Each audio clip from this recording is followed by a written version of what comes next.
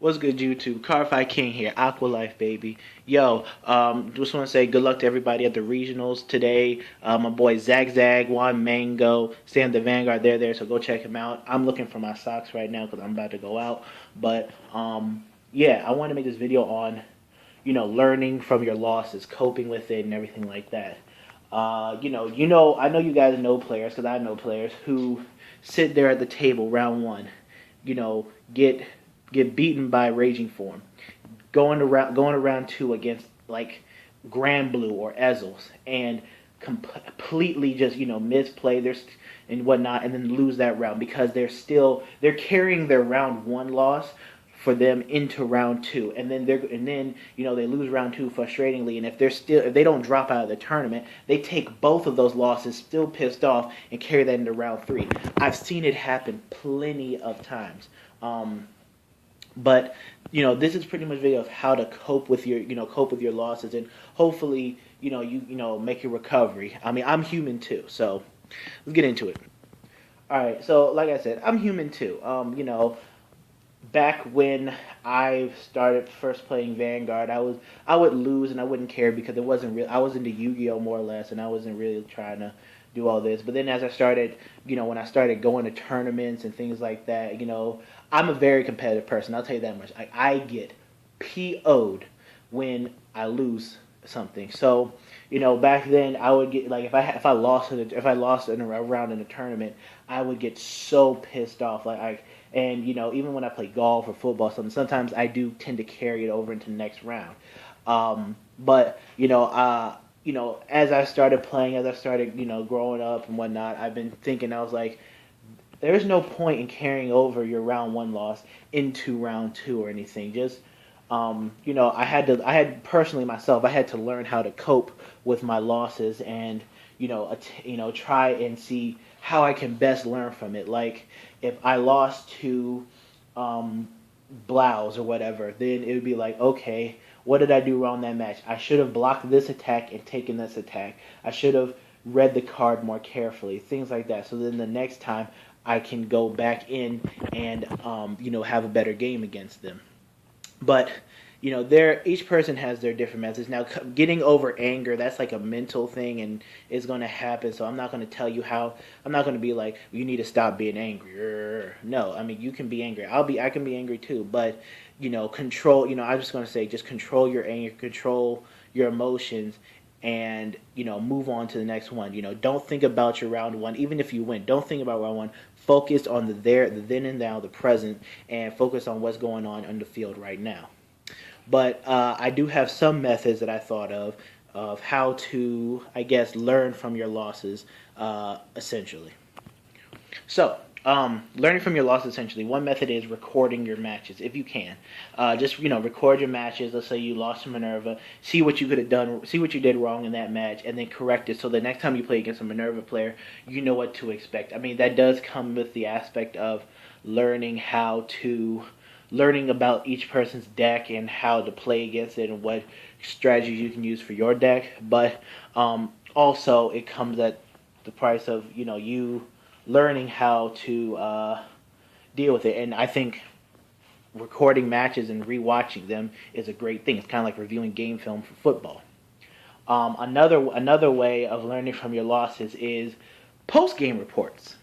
Interestingly enough, post game reports. Like let's say I'm 2-0 and I just lost to somebody.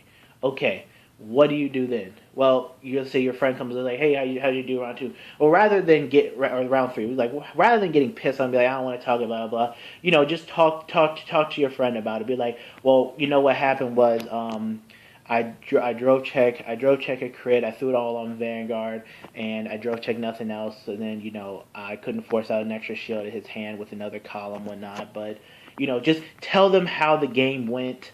Just talk about how your game went, and then as you talk about it, you and your friend or whoever can bounce back ideas on what you could have done, what you should have done, so that the next time that you're in that situation, you're going to be like, okay, well, I messed up this time before, and this time I'm going to throw it on the rear guard and then force out some extra shielding so he can't, so he would possibly have to drop the perfect guard, then drop the grade 3 he was going to break ride. Just something like that, just post game report it. Go over your match with somebody else if you can. Another way of coping with your losses is to just go outside the store, calm down, cool down, and focus on the next match. You're like, okay, I'm calm. I'm in a place by myself. Okay, good. I'm gonna go out. I'm gonna go back into this. I'm gonna go back into the store. Get ready for round 2. Get ready for round 2 or 3 or whatever, and play that. I'm not gonna think about my loss because that loss was round 1. It doesn't matter anymore. I still have a chance of topping. Be a bit optimistic. Be like, okay, look, I still have a chance of topping. I just have to win my games, like that. And now I can tell you, I guess, a personal story about actually what happened at my very last tournament. So what had happened at my last tournament this is another thing of learning how to cope with your losses. What happened was I was playing Tetra Drive, of course, and I went. It was a 5-round tournament. I went 4-0 I went 4-0, and then round 5 I played against my friend who was using Novel Vague. So I lost to him because I didn't see Tidal Assault. I mean, one of them got blown up early game. I didn't see Basler, Tidal Assault, or Diamantes, so I couldn't. I just needed something so I can,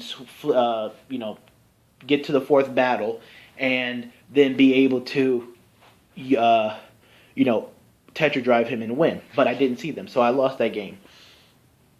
And so I thought to myself, well, how did I lose that game?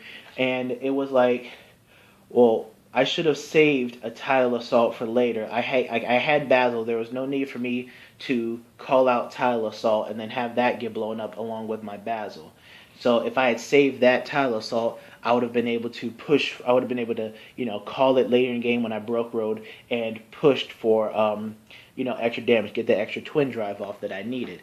So, and also, like, later in the game, I didn't rush heavy enough. I was a little bit conservative with my rushing attempts.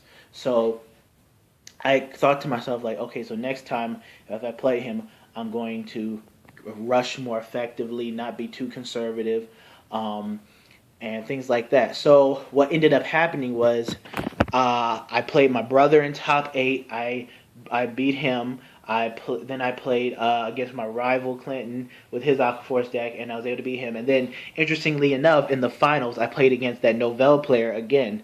I played against him in the final match. And so what happened was we're sitting there in finals, and I was like, okay, well, last time I played against him, I didn't rush heavy enough. So this game, game 1, I rushed him to 4 damage as fast as I could before he could ride into his Dauntless. And certainly enough, I was able to do that. He didn't check as many triggers as he wanted to during the rush attempts. And what happened was I had too much pressure from the early game, and I was able to, just combat Novell and everything later in the game because I was at 2 damage while he was sitting there at 4 and 5.